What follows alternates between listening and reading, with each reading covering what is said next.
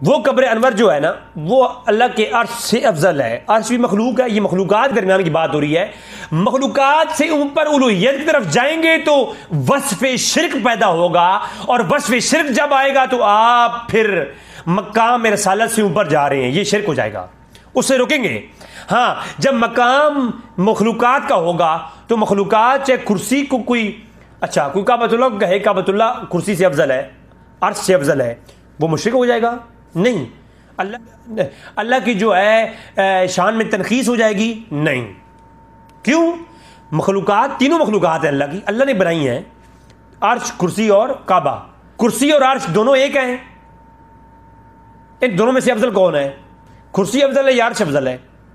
آپ کہیں گے اگر کرسی کو افضل مانیں گے تب بھی اللہ کی شان میں تنقیص, اگر عرش کو افضل مانیں گے تب بھی اللہ کی شان میں تنقیص. اگر ایک کی تنقیص کرنے سے اللہ کی شان کی تنقیص ہے, مخلوقات میں افضل مخلوقات میں دو مخلوقات میں سے ایک کی تنقیص کرنا اور ایک کو دوسرے سے افضل بتانے میں اللہ کی کبریائی میں اگر تنقیص ہے مرزا جی, تو پھر اللہ کے کرسی اور عرش کے درمیان میں اگر ایک کو کوئی افضل جانے اور دوسرے کو کم کرے تو اس کا مطلب کیا ہوا؟ وہ اللہ کی کبریائی میں تنقیص کر رہا ہے. مرزا جی آپ کی عقل بھی ماری گئی ہے, آپ کی مت بھی ماری گئی ہے. یہ نہیں ہے مخلوقات کے درمیان میں موازنہ. اگر کوئی بعض 10 لوگ ہوں جو کرسی کو افضل گئے, 10 لوگ جو ہے نا عرش کو افضل گئے, دونوں حق پر ہیں, دونوں حق پر ہیں, دونوں میں شرک نہیں ہے, دونوں میں جو بھی کریں دونوں نے بھی اللہ کی شان میں کبریائی میں تنقیص نہیں کی. ٹھیک ہے, دونوں حق پہ ہو سکتے ہیں, یہ کوئی ایسا مسئلہ نہیں ہے. اسی طرح کعبہ بھی مخلوق ہے, رسول صلی اللہ علیہ وسلم بھی مخلوق ہے, عرش بھی مخلوق ہے, کرسی مخلوق ہے, اور جو قبر انور کی مٹی ہے وہ بھی مخلوق ہے. ان تینوں میں کسی کا اختلاف ہو جائے, یہ علماء کا اختلاف ہے, دیوبندی بریلوی نہیں, میں پیش کروں گا آگے دلائل. تو اس میں اختلاف ہو جائے تو یہ اس میں قصور جو ہے,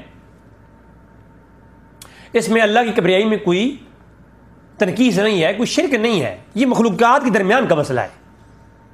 ٹھیک ہے, کوئی گمراہ نہیں ہوگا, مختلف ہی رہے گا. ایسے امت میں ایسے کئی لوگ ہیں جو مدینہ کو افضل جانتے ہیں, کوئی مکہ کو افضل جانتے ہیں.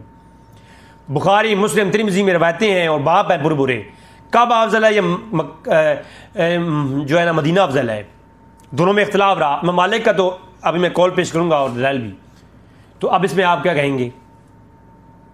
ایک مومن مسلمان یعنی آپ اور میں, ہم کعبے سے افضل ہیں, اللہ کے رسول کی حدیث ہے. آپ کوئی کہے جی آپ کعبہ کی توہین کر رہے ہیں کیونکہ اس کی نسبت اللہ کے ساتھ ہے اور اللہ کی کبریائی میں تنقیص ہے. میں انشاءاللہ روایتیں پیش کرتا ہوں. مرزا صاحب کی یہود و نصارہ والی جو مثالیں ہیں وہ ہرگز اس عقیدے پر یا عقائد اہل سنت پر فٹ ہی نہیں ہوتی. وہ غلو کا وہ درجہ ہے جہاں الوہیت کے معاملوں میں جو ہے وہ دخل جو ہے شروع ہوتا ہے. دور اشرف المخلوقات ہیں, اور اہل سنت کا یہ عقیدہ ہے کہ اللہ کے بعد سب سے جو بڑی بڑی ہستی ہے وہ اللہ کے رسول کی ہے, اس کے بعد جتنی مخلوقات ہیں وہ بعد میں ہیں. تو اسی بنیاد پر جمہور اہل سنت نے یہ فتویٰ دیا کہ مسئلہ شروع ہوا جب مکہ اور مدینہ کی فضیلت کا, کہ مکہ افضل ہے یا فضیلت کا مدینہ افضل ہے. تو اللہ کے رسول کی قبر کی وجہ سے امام مالک نے اور دیگر بزرگوں نے مدینہ کو افضل کہا. میں انشاءاللہ اس پہ دلائل دوں گا. تو اس کی مدینہ کی افضلیت کے اوپر جن صحابہ اور تابعین اور تبع تابعین کا عقیدہ تھا وہ حضور کی قبر ہی کی وجہ سے تھا. تو جب اس دوران یہ معاملہ آیا تو یہ کہا گیا کہ حضور جو ہے مخلوق ہیں, اور مخلوقات میں عرش بھی مخلوق ہے اور کرسی بھی مخلوق ہے, تو اس سے بھی اللہ کے رسول افضل ہے. امت کے علماء نے اس پہ اجماع کر لیا, جمع ہو گئے. اب علماء امت جہاں پر جمع ہو جائیں, صحیح بخاری کے اندر سے میں دکھاؤں گا کہ اس کے بارے میں حکم کیا ہے. وہ کوئی بریلوی دیوبندی علماء کی بات نہیں, فقہا اور بڑے ائمہ. جی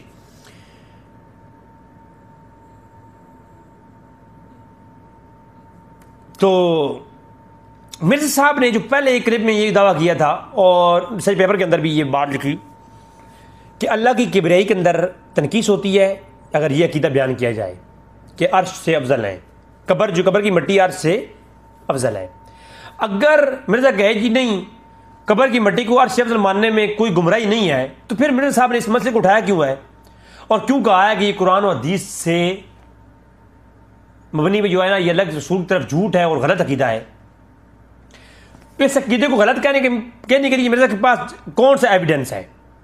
اگر مرزا اس کو غلط کہتا ہے کہ یہ عقیدہ غلط ہے، تو مرزا نے اپنے کلپ کے اندر کہا ہے کہ کروڑوں عرش بھی ہوں تو وہ اللہ کے رسول جو ہے ان سے افضل ہیں۔ بالکل ٹھیک ہے، آپ نے یہ لکھا ہی نہیں ہے کہ رسول اللہ عرش سے افضل ہیں، ہم ماننے کے لیے تیار ہیں۔ کروڑوں عرش بھی ہوں، ہمارے نبی کا مقابلہ نہیں کر سکتے، لیکن آپ نے نبی کی بات نہیں، آپ نے نبی کی قبر مبارک کی بات کی ہے۔ تو اللہ کے رسول جب کروڑوں عرش سے افضل ہیں تو اللہ کی کبریائی کے اندر تنقید کیوں نہیں ہوئی؟ اور اب جو ہے وہ معبود کے برابر کیوں نہیں ہوا؟ اب جو پیمانہ یہاں فٹ کریں گے نا، یہ جو مرزا صاحب نے جو پیش کیا، یہی پیمانہ قبر رسول کے متعلق بھی آپ فٹ کریں جی، یہی پیمانہ وہاں پہ بھی فٹ ہو ہوگا۔ اگر اللہ کے رسول کو کروڑوں عرش سے افضل مانا جائے، شرک نہیں، اللہ کی کبریائی میں تنقید بھی نہیں، اور عبد معبود کے برابر بھی نہیں، تو میرے صاحب پھر پیچھے باقی مسئلہ کیا ہے؟ آپ کو پھر مسئلہ کون سا رہتا ہے؟ پھر وہ کعبہ کو بھی کرسی جیسے افضل بتائے تو حاج تو کوئی نہیں، کیونکہ مخلوقات ہیں اور ان کے مابین وہی تو مسئلہ ہے، کسی کی گمراہی کا مسئلہ تو نہیں ہے نا یہ۔ اگر المحنت والے نے لکھ دیا ہے اور یہ علماء نے لکھ دیا ہے تو یہ لکھنے سے کسی عالم پہ فتویٰ تو نہیں جائے گا، کیونکہ آپ نے جو کہا ہے یہ کس نے لکھا ہے؟ قرآن و حدیث میں ہے۔ مرزا صاحب آپ کی ذریت کو چیلنج ہے، ذریت کو۔ مرزا صاحب آپ کے چیلوں کو، آپ کے بابا پردادا کو بھی چیلنج ہے، اور آپ کے استاذوں کو بھی، اور جس نطفے سے آپ پیدا ہوئی ہیں اس نطفے کے بنانے والے کو بھی چیلنج ہے، یعنی آپ کے والد صاحب کو، کہ جناب بتاؤ جو آپ نے کہا ہے کہ کروڑوں عرش اللہ کے ہوں بھی تو اللہ کے رسول سے افضل ہیں، کون سی حدیث ہے آپ کے پاس اور کون سی نص صریح ہے اس کے اوپر؟ آپ کے پاس نص صریح نہیں، آپ اگر کوئی حدیث یا کوئی قول پیش کرنے کے بعد یا آیت پیش کرنے کے بعد استدلال کریں گے تو پھر وہی استدلال میں بھی پیش کر سکتا ہوں قبر انور کے متعلق۔ اگر کوئی صریح نص ہے قرآن حدیث میں تو ٹھیک، اگر نہیں تو آپ نے جو عقیدہ گھڑا ہے یہ کس بنیاد پہ گھڑا ہے مرزا جی؟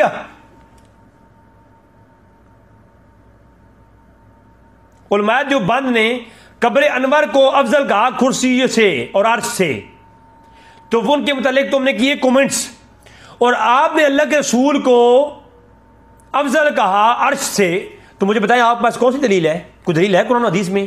حضور نے فرمایا ہو میں عرش سے افضل ہوں، صحابہ کرام نے فرمایا ہو کہ اللہ کے رسول، آپ نے کہا ہے نا میرے بچے میں کروں نا، اگر یہ انجینئرنگ میں کروں نا تو میں کر سکتا ہوں اب، لیکن میرا وہ مزاج نہیں ہے۔ ہم اسلام کے اوپر تھوڑا گرفت کے ساتھ بولتے ہیں کہ کوئی ایسی لفظ نہ بولیں جو کہ صحابہ کرام کی شان میں تنقیص ہو اس طرح سے۔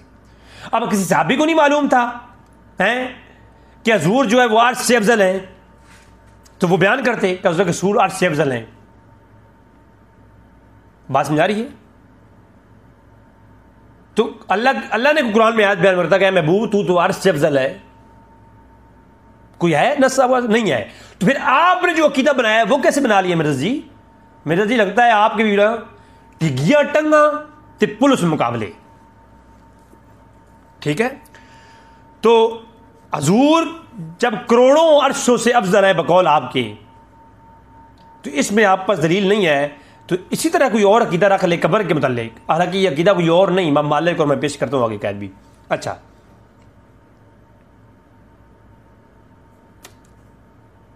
اور پھر کہا جی کہ حضور کی قبر میں تو ابو بکر صدیق ہی موجود ہیں۔ سر آپ مدعا کیا ہے، گفتگو کیا ہو رہی ہے، اور آپ دلیل کیا دے رہے ہیں؟ سوال گندم جواب چنا، سبحان اللہ۔ اور میرے بھائی یہاں بات ہو رہی ہے قبر انور کی کہ وہ عرش سے افضل ہے، تو ابو بکر صدیق قبر انور کے اندر موجود ہیں، اللہ کے رسول جو ہے نا موجود ہے، ٹھیک ہے؟ تو اچھا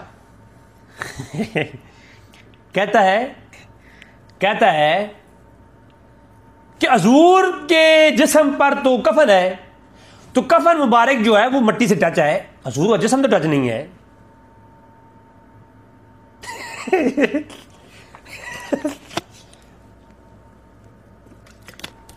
مرزا جی ہو نا پشاوری لتر، بندہ آپ کی پچھواڑے پہ ایسی چھدرول کرے کہ آپ کو نا ابو جان یاد آ جائیں. آپ کی بیوی کہے باہر بیٹھ کر کے، کیونکہ آپ نے، میں بیوی کا نام اس لیے لے رہا ہوں کہ آپ نے اپنی بیوی کا تعارف اس کلپ کے اندر کروایا ہے. اس روئے عرض پہ نہ اس سے پہلے کسی کو حاصل ہوا نہ بعد میں ہوگا، بلکہ میری بیوی بھی مجھے اس رات کو کہتی ہے مفتی صاحب پہ مجھے ترس آ رہا ہے یار مل لو.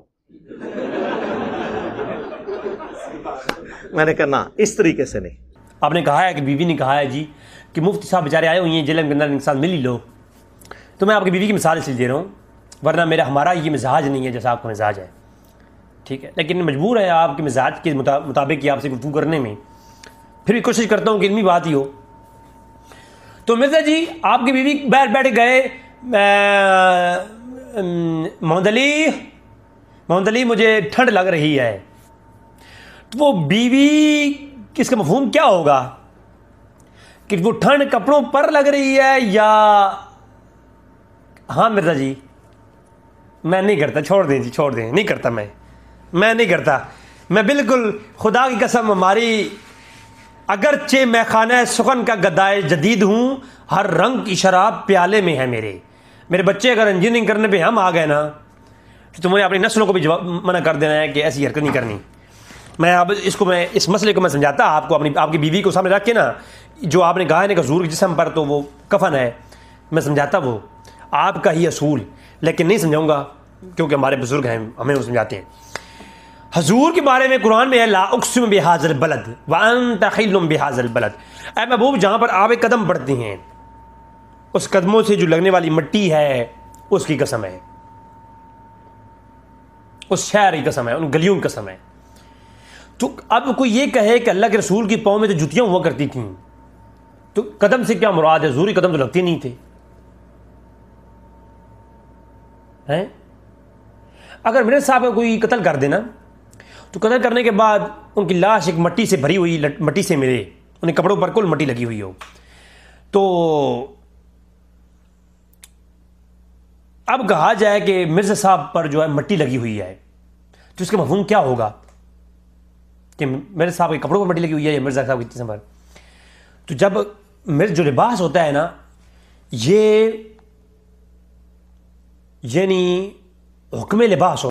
اب یہ نہیں کہا جائے گا کہ مرزا صاحب کے جسم پر مٹی لگی ہے، بلکہ جو لباس ہوتا ہے یہ جسم کے تابع ہوتا ہے، ٹھیک ہے، عموماً بھی، حکماً بھی اور عقلاً بھی.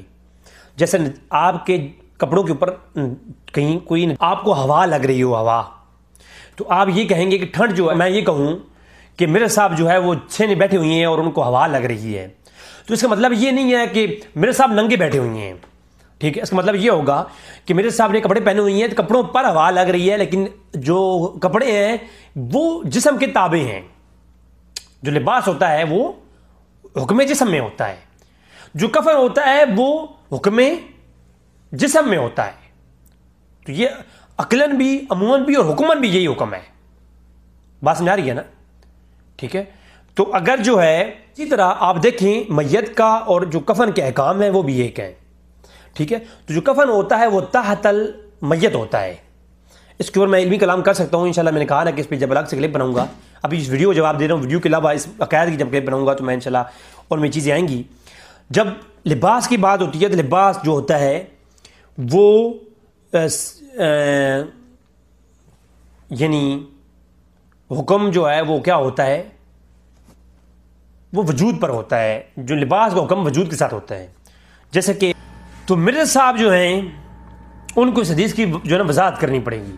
جس بندے کو مس کی باتیں لگائی رکھی ہوں کہ حضور کے ساتھ درمیان میں کفن ہے، حضور کا جسم مس نہیں ہے ادھر ہے، اب وقت نہیں ہے ورنہ میں مس سمجھاتا تمہیں.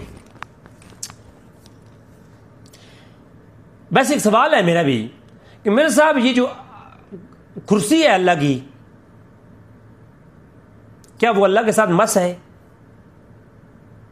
اگر اللہ کے ساتھ کرسی کو مس مانیں گے تو آپ جسم مانیں گے، اگر آپ جسم مانیں گے تو پھر آپ کافر ہو جائیں گے. جب اللہ کی کرسی مس نہیں اللہ کے ساتھ، اور مس نہ ہونے کی وجہ سے اللہ کا جسم نہیں ہے تو اللہ کی کرسی اللہ کے جسم کے ساتھ مس نہیں. تو مس کیے بغیر اللہ کی کرسی جو ہے اس کی ایک شان ہے اور اس کا ایک نسبت اللہ کے ساتھ ہے. تو اسی طرح قبر انور اگر درمیان میں کفن آ گیا، حالانکہ وہ کفن والی بات میں نے سمجھا دی ہے، لیکن اگر کفن آ بھی جائے تو اس کا مطلب یہ ہے کفن مان بھی لیا جائے نا، تو جس طرح کرسی اللہ کے جسم نہیں مسب نہیں ہے تو پھر بھی اس کی فضیلت ہے، تو قبر جو ہے وہ اللہ کے رسول کے ساتھ ٹچ نہیں بھی ہے پھر بھی اس کی فضیلت ہے، اسی نسبت کے ساتھ، اسی اصول کے اوپر. اور حضور جب سوئے مبارک ہیں قبر کے اندر تو قبر کا جو نیچے والا حصہ وہ کیا ہے؟ حضور کے جسم کے ساتھ ٹچ ہے. حکم جو ہے نا، وہ جو کفن کا حکم ہے وہ جسم کا ہی، لباس کا حکم جسم کا حکم ہی ہوتا ہے. اور اسی طرح اگر آپ جوتے پہن کر چل رہے ہیں، بخاری مسلم کی کئی روایتیں میں پیش کر سکتا ہوں کہ آپ جو ہے اللہ کے رسول صلی اللہ علیہ وسلم نے اپنا قدم مبارک رکھا تو ایسے ہو گیا، کئی روایتیں میں پیش کر سکتا ہوں. تو اب جو ہے اس کا مفہوم یہ نہیں ہے کہ اللہ کے رسول نے اپنا پاؤں سے جوتے اتار کے قدم رکھا، نہیں، جوتوں کے ساتھ ہی رکھا. جوتا کیونکہ تحت الحکم میں قدم ہوتا ہے، پاؤں ہوتا ہے، تو وہ اسی معنی میں مانا جائے گا.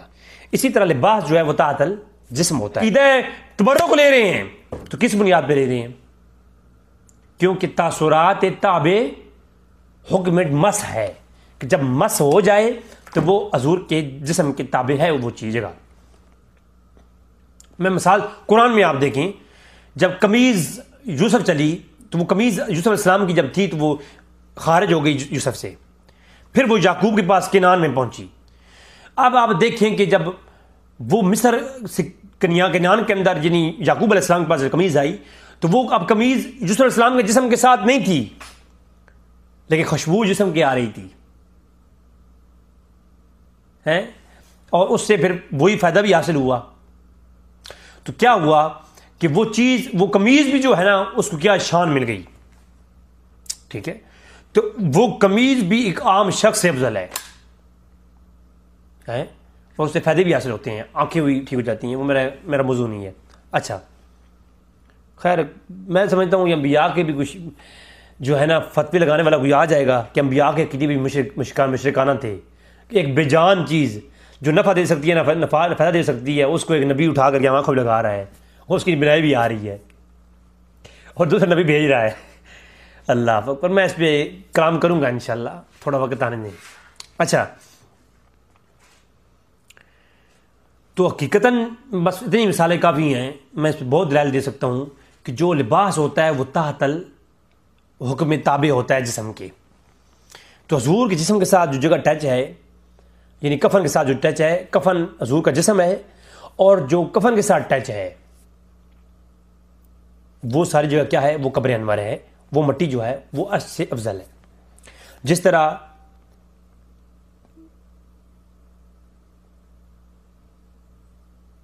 طرح یہ امت حضور کے ساتھ نسبت کی وجہ سے تمام امتوں میں افضل ہو گئی، یہ آج وہ مدینے کی سرزمین حضور کی نسبت کی وجہ سے تمام زمینوں میں افضل ہو گئی. حضور کی امت تمام امتوں سے افضل ہو گئی. حضور تمام نبیوں میں افضل، اور حضور کے صحابہ تمام نبیوں کے صحابیوں کے امتوں میں تمام امتوں میں افضل. تو آپ خود سمجھ سکتے ہیں اس بات کو. تو اسی طرح حضور مخلوقات میں سب سے افضل، حضور کے صحابہ تمام نبیوں کے صحابیوں میں افضل، حضور کی امت تمام امتوں میں افضل. تو اسی طرح یعنی حضور کی قبر منور بھی افضل تمام مخلوقات میں. پھر دیکھیں بریلوی تو اس سے آگے پھر ایک آدھ گئے ہیں. مفتی احمد جہاں نعیمی صاحب نے اپنی تفسیر میں لکھا کہ وہ مچھلی جس کے پیٹ میں حضرت یونس رہے وہ بھی اللہ کے عرش سے افضل ہے، کیونکہ نبی کے وہ مسکن رہی. اور انہوں نے کہا حضرت آمنہ سلام اللہ علیہا جو حضور کی والدہ ماجدہ ہیں، ان کا جو پیٹ مبارک ہے وہ بھی اللہ کے عرش سے افضل ہے کیونکہ حضور وہاں پہ رہے ہیں. تو ایک سٹیپ آگے چلتے ہیں نا. پھر نبی علیہ السلام اپنی والدہ محترمہ کے جسم اقدس میں آنے سے پہلے کہاں تھے؟ والد والا لنک تھا نا. پھر آپ چلانا شروع کر دیں, سب کو عرش سے افضل بتائیں. کیا کہانیاں کرا رہے ہو؟ کیا یہ نبی کی تعلیمات ہے؟ پھر میرے سامنے یہاں پر ایک اور چلاکی کی ہے. میرے صاحب کہتے ہیں پھر احمد یار خان نعیمی نے لکھا ہے جی کہ حضور امی آمنہ کے پیٹ میں رہے ہیں تو پیٹ بھی جو ہے وہ تمام عرش سے افضل ہے, وہ مچھلی بھی عرش سے افضل ہے. تو پھر حضرت عبداللہ بن جو حضور رہے ہیں, اور بھائی یہاں بات کیا ہو رہی تھی؟ ذات حضور اور جسم رسول کی, کہ جسم اقدر جس جگہ موجود ہے, جسم اقدس جس جگہ موجود ہے وہ حصہ زمین کا افضل ہے, اور حضور کا جسم جہاں بھی موجود ہے وہ افضل ہے. نطفے کی بات نہیں ہو رہی, نطفہ جسم یا کے زمرے میں نہیں آتا. بات نہیں نا, نطفے سے پھر مدہمہ بنتا ہے, پھر وہ آگے جو ہے نا یعنی غزامہ بنتا ہے, پھر جا کر کے وہ کہاں سے کہاں پروسیس گزرتے ہیں, پھر جا کر جسم بنتا ہے. تو عبداللہ کے اندر جب حضور تھے, آپ کا نور تھا الگ رسول کا, تو وہ نور جسم نہیں تھا, ٹھیک ہے نا, وہ حضور کا نور جسم نہیں تھا. جسم حضور کی جسمانی تخلیقات جو ایز اے بشر آپ کی تخلیقات کا آغاز ہوا وہ مائی آمنہ کے یعنی شکم ادر کے اندر ہوا. تو ادھر سے جب ہم اسی لیے کہتے ہیں مائی آمنہ کے شکم ادر میں رہنا اللہ کے رسول کا یہ واقعہ, وہ مائی آمنہ جو ہیں آپ کا شکم ادر عرش سے افضل ہے, ٹھیک ہے. اور وہ میں آپ کے سامنے دلائل بھی انشاءاللہ آئیں گے آگے, ٹھیک ہے. لیکن اب تک آپ کو دیکھا ہوگا کہ مرزا صاحب کی جو عقائد و نظریات ہیں ان کا رد آپ دیکھ رہے ہیں ان کی اپنی باتوں سے ہو رہا ہے. ان کی جتنی منطقیں ہیں ساری کیا ہیں, تو عبداللہ تک تو بات جاتی ہی نہیں ہے. یہ اللہ کے رسول کی طرف آپ کیسی باتیں کر رہے ہو؟ یہاں جسم کی بات ہو رہی ہے, یہاں جسم کی بات ہو رہی ہے. جسم تک رہیں, نطفے تک نہ جائیں, نور تک نہ جائیں. جی یہاں نور تک نہ جائے. اور کہتا ہے وہ میرا فیصلہ گوروں کی عدالت میں پیش کرو. میں تے اگے حدیثاں رکھنیاں نے اور میرا فیصلہ اسی گورے دی عدالت کرا لو کہ جیڑا پیغمبر اے کہندا ہوئے او دے سامنے اے سٹیٹمنٹ آ سکتی ہے جو المحنہ دی لکھی ہے. ان لوگوں میں کامن سینس بھی نہیں ہے. یہ گوروں کو کیا سمجھتا ہے یار؟ دین کی بات میں گورے کیا کریں گے؟ میرا فیصلہ گوروں کی, وہ گورے کی عدالت میں کیا بھائی؟ یہ کوئی گورے ہمارے لیے آئکن ہے, حجت ہے. تمہارے لیے صحابہ حجت نہیں ہے, امیر معاویہ حجت نہیں ہے, علماء دین 1400 سال کے بڑے بڑے ائمہ امام اعظم حنیفہ اور بزرگان دین تمہارے لیے حجت نہیں. گورے حجت ہے تمہارے لیے. جب ہم قرآن و حدیث کی روشنی میں حضرت معاویہ رضی اللہ تعالیٰ عنہ کے حضرت مولا علی رضی اللہ تعالیٰ عنہ علیہ السلام کے خلاف خروج کو صحیح سمجھتے نہیں ہیں, احترام کے دائرے میں اختلاف رکھتے ہیں, تے بابے تے شاہی کوئی نہیں, بابے تے شاہی کوئی نہیں. کدی توس لاندے ہو سانو بابیاں دی؟ ہاں دوس لگاؤ مجھے ابو بکر عمر عثمان و علی. گوروں کی عدالت میں پیش کرو, وہ میرا ساتھ دیں گے جناب. علماء کی تمہیں کہنا چاہیے کہ علماء کو بلاؤ, کورٹ سپریم کورٹ میں بلاؤ, علماء کی عدالت میں پیش کرو میرا فیصلہ. یہ مسئلہ علماء کا ہے یا گوروں کا ہے؟ کمال آدمی ہے تو. یہ گوروں کا لگتا ہے, گورے تمہاری پشت پناہی اچھی کر رہے ہیں جو ہر جگہ پہ گوروں کی عدالت میں بات کرتا ہے. کہے کہ سپریم کورٹ کے اندر پیش کرو علماء کی عدالت میں, کیونکہ یہ مسئلہ علماء کا ہے. تمہیں اختلاف علماء سے ہے یا گوروں سے ہے, گوروں کی عدالت میں پیش کرو. ہو یار اللہ کا واسطہ ہے یار. اللہ کے رسول نے فرمایا. اور دیکھتے ہیں کہ یہ جو عرش والا مسئلہ ہے اس کے اندر اس کے بارے میں کیا ہے قرآن و حدیث میں. سب سے پہلی بات تو میں آپ سامنے جو پیش کروں گا وہ یہ ہے کہ شعب الایمان کے اندر امام بہقی کی روایت لائی ہیں, دیگر کتب کے اندر بھی ہے, لیکن حدیث کے نمبر 3725. عبداللہ ابن عمر فرماتے ہیں,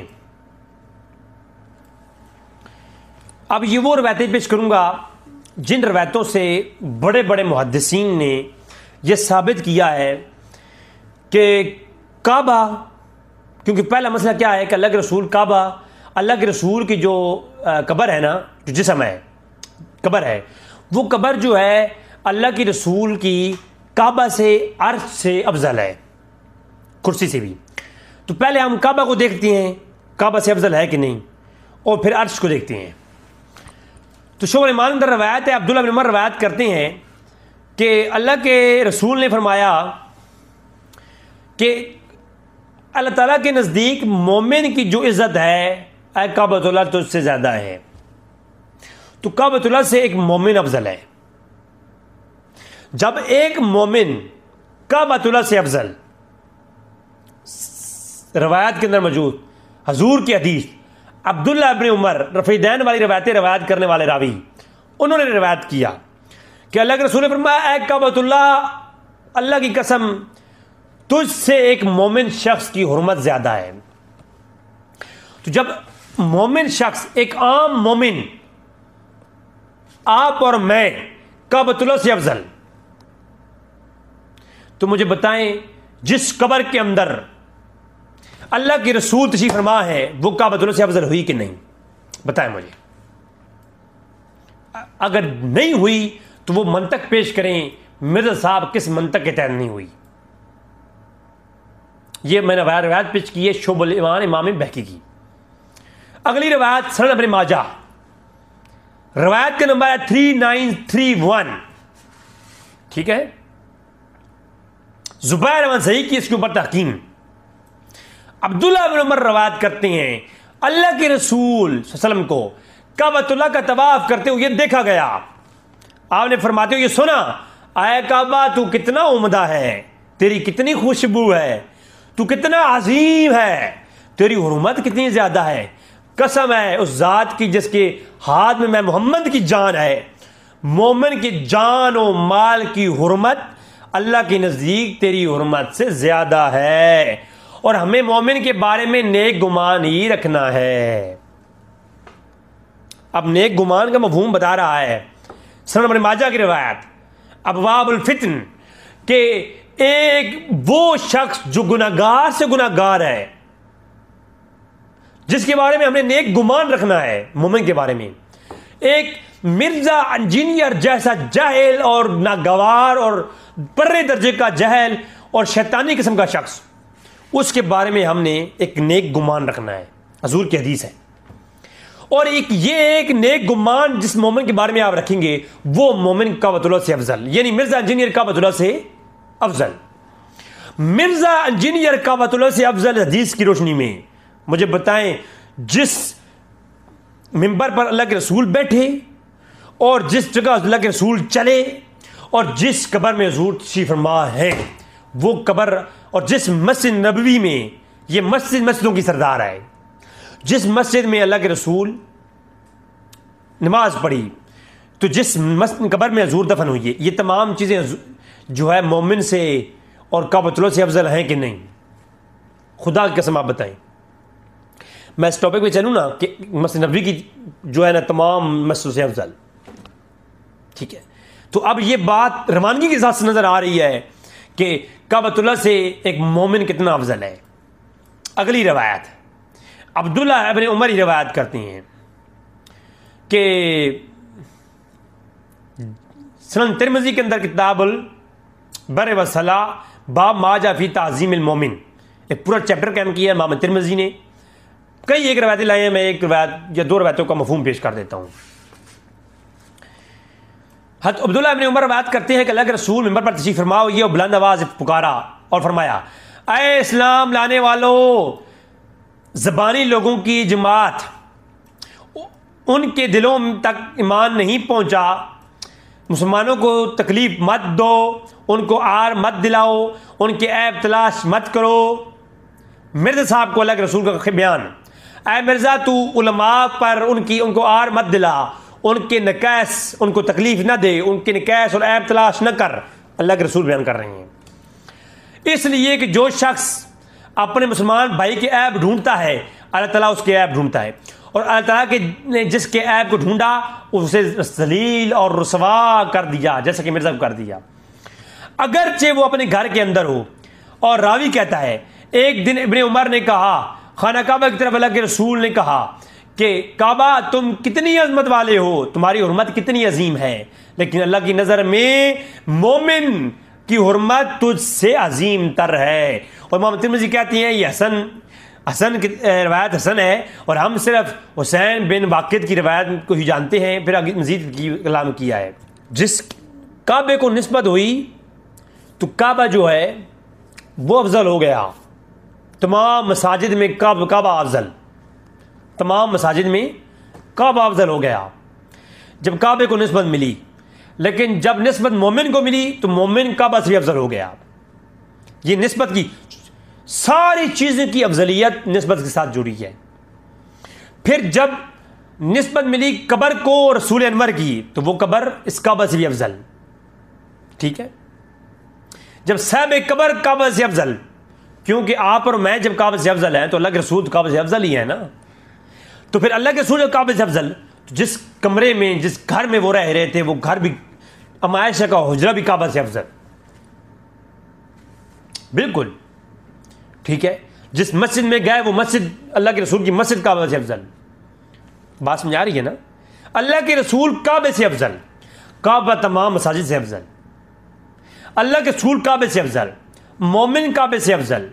اب اللہ کے رسول کی نسبت جس چیز سے ہو گئی وہ چیز کعبے سے افضل، مومن سے ہوئی تو مومن سے مومن افضل، مسجد سے ہوئی تو مسجد افضل، بات سمجھا رہی ہے؟ پھر آگے چلیں آپ، مصنف ابن عبد الرزاق کی روایت میں ہے کہ جس مٹی سے انسان کو پیدا کیا جاتا ہے اسی میں دفن کیا جاتا ہے۔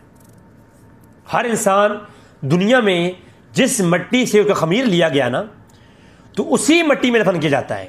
اب میرے صاحب نے کہا جو مٹی اٹھا لی گئی حضور بنا لیے گئے، پتر حدیث کے لفظ یہ نہیں، حدیث کے لفظ یہ ہے کہ وہ مٹی جس سے کسی کو تخلیق کیا گیا وہ مٹی جہاں سے اٹھائی گئی وہ جو باقی مٹی رہتی ہے اس کے بارے میں حکم ہے، دفن وہاں پر کیا جاتا ہے، دفن اسی مٹی میں کیا جاتا ہے جس مٹی سے اس کا خمیر لیا گیا ہے۔ کی بات نہیں، آپ نے نبی کی قبر مبارک کی بات کی ہے اور اس میں بھی کہا وہ حصہ زمین جو حضور سے ٹچ کر رہا ہے، وہ کہتے ہیں اس لیے کہ اس حصہ زمین سے آپ کی مٹی کا خمیر اٹھا کے آپ کو تخلیق کیا گیا، تو بیسیکلی وہ رسول اللہ کا خمیر ہے، گویا کہ رسول اللہ اٹھ سے افضل ہیں، اس لیے ہم اس مٹی کو ہم کہتے ہیں نا، جو مٹی اٹھانی تھی وہ اٹھ گئی، نبی کی تخلیق ہوگی، اب جو باقی مٹی ہے وہ رسول اللہ کی مٹی نہیں ہے، جنت کا ٹکڑا ہے، اور اگر وہ رسول اللہ کی مٹی ہے تو ساتھ حضرت ابوبکر عمر کی بھی قبریں ہیں، ان کو بھی کو پھر اٹھ سے افضل ہیں۔ اور صحیح مسلم میں ہے کہ نبی علیہ السلام کو جب دفنایا گیا سب سے پہلے سرخ رنگ کی چادر بچھائی گئی تاکہ آپ کے جسم مبارک کو مٹی نہ لگے۔ ہاں تو کوئی حصہ زمین حضور کو ٹچ کیے ہوئے ہے ہی نہیں ہے۔ آپ کہا کریں سرخ چادر، سارے بزرگوں نے میں نہیں کر چڑی، وہ گل ہی غلط نکلی، حصہ زمین تو ٹچ ہی کو نہیں ہوا۔ جی مصنف ابن رزاق کی روایت ہے جو باقی مٹی نیچے رہ جاتی ہے جس سے خمیر لیا گیا وہ بنا لیا گیا، اب باقی جو مٹی باقی رہ گئی نا اس مٹی میں دفن کیا جاتا ہے، اس کی نسبت جسے بنانے والی، ٹھیک ہے۔ تو یہی مضمون المستدرک الحاکم کے اندر امام حاکم بشرط صحیحین روایت لائے ہیں، صحیح المستدرک کتاب الجنائز روایت کا نمبر ہے 1356۔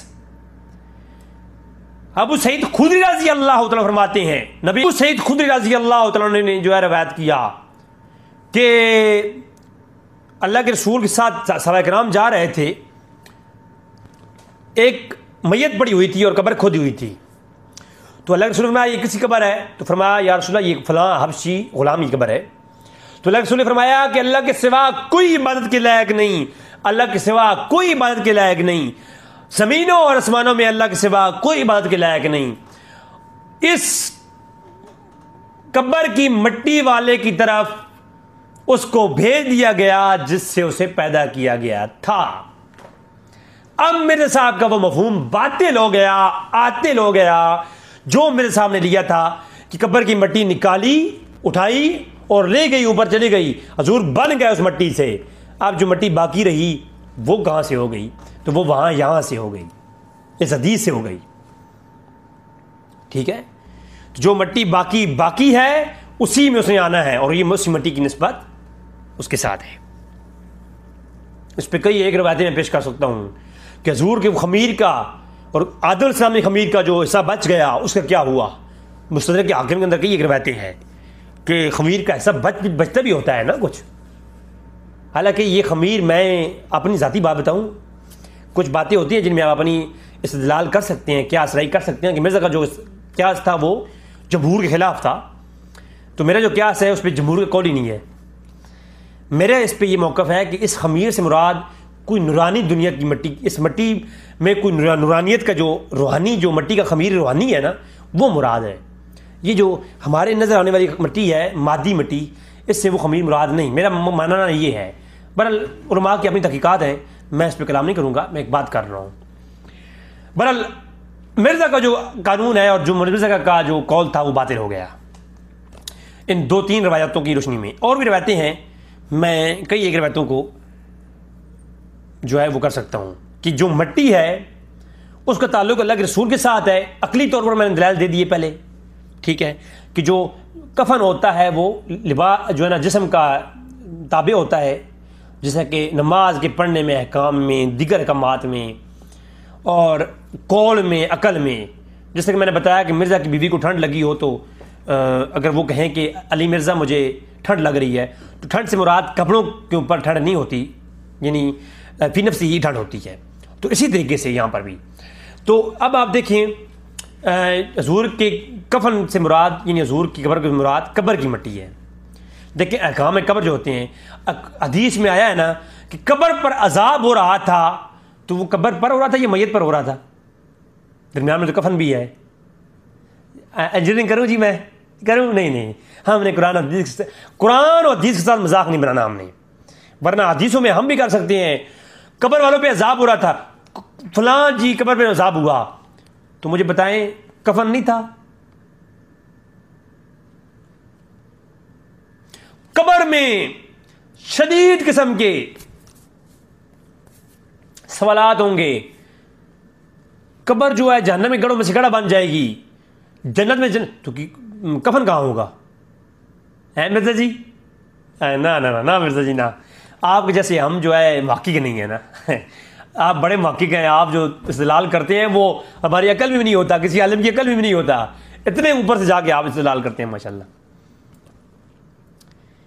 تو یہ جو نسبت ہے نا, اس نسبت کا جو تعلق ہوتا ہے, دیکھیں صحیح بخاری کی روایت ہے, باب ما ذکر فی حجر الاسود, کہ حضرت عمر حجر اسود کے پاس ہے اور کہا کہ میں خوب جانتا ہوں تو ایک پتھر ہے, تو نہ کسی نفع کا مالک ہے نہ کسی نقصان کا مالک ہے. ہاں تجھے بوسہ اس لیے دیتا ہوں کہ اللہ کے رسول نے دیا ہے, اللہ کے رسول کے ہونٹ لگے ہیں, نسبت مل گئی تجھے اللہ کے رسول کی, تب تجھے میں بوسہ دیتا ہوں, ادروائز تو ایک پتھر ہے. تو مرزا ایک بقول قبر ایک مٹی ہے, درمیان میں کفن ہے, لیکن چونکہ اب کفن رسول کی نسبت مل گئی, جیسا کہ پانی کو حضور کے ہونٹوں کی نسبت ملی, پھر وہ پانی سارے صحابہ کرام پیتے رہے. فی نفس ہی پانی اللہ کے رسول نہیں ہے, پانی جسم رسول نہیں, خارجی رسول ہے, جسم رسول ہے. تو اب ہونٹ لگ گئے پانی کو, صحابہ کرام پی رہے ہیں اور خوشی کر رہے ہیں کہ ہمیں حضور کے جسم سے ہونٹوں سے لگا پانی مل گیا. تو اسی طرح حضور کے ہونٹوں کو بوسہ دے دیا پتھر کو. حجر اسود کی مقامات آپ دیکھ لیں, اور عمر نے خاص صاف کہہ دیا اپنا عقیدہ کہ تو پتھر ہے, تجھے بوسہ اس لیے دیتا ہوں کہ تجھے جو ہے اللہ کے رسول نے چوما ہے. تو جس پتھر کو اللہ کے رسول چومے تو اس کو نسبت رسول ہو جائے, اور صحابہ کرام اس کو اس لیے چومے کہ اللہ کے رسول نے چوما ہے. تو جو مٹی اللہ کے رسول کے جسم کے ساتھ لگاتار لگی ہوئی ہے اور قیامت تک حضور کے جسم کے ساتھ ٹچ ہے, تو آپ پھر اس کے بارے میں مجھے بتائیے وہ کعبہ سے افضل ہے کہ نہیں, وہ حجر اسود سے افضل ہے کہ نہیں.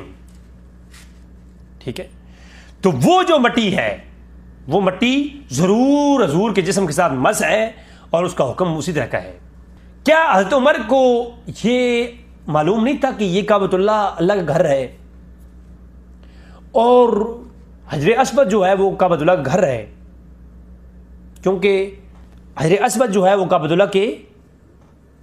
بیت اللہ کے زمرے میں آتا ہے، تو اس کی اتنی حرمت ہے، تو میں اس کو اس طریقے سے کہوں اور اللہ کے رسول نہیں اس کی حرمت میں وجہ رسول بتاؤں، نسبت رسول بتاؤں، تو حضرت عمر کا یہ عقیدہ کہاں سے مل گیا؟ حالانکہ اللہ کا گھر ہے، یہ پہلی نسبت ہے، ابراہیم نے بنایا، یہ دوسری نسبت ہے، پھر اس کو یہ نسبت دینا کہ اللہ کے رسول نے بوسہ دیا ہے تو تب چومتا ہوں، تو یقین جانیے تو اللہ کے رسول کا جو ہے نسبت کو صحابہ کرام بھی کعبۃ اللہ سے افضل گردانتے تھے، اور اللہ کے لیے گھر تو ماننا ہی نہیں جایا جاتا، تو اللہ کی نسبت ہے، صرف اللہ کے نام کی نسبت ہے بیت اللہ کو، ٹھیک ہے؟ یہ امت تمام امتوں سے افضل، کیونکہ نسبت اللہ کے رسول کی مل گئی۔ صحیح بخاری کے اندر، صحیح بخاری میں ایک پورا چیپٹر ہے، باب نمبر 13، باب من یرید اللہ بہ خیرا، کہ اللہ جس کے ساتھ بھلائی کا ارادہ کرتا ہے، یفقہ فی الدین، اللہ اسے دین کی فکر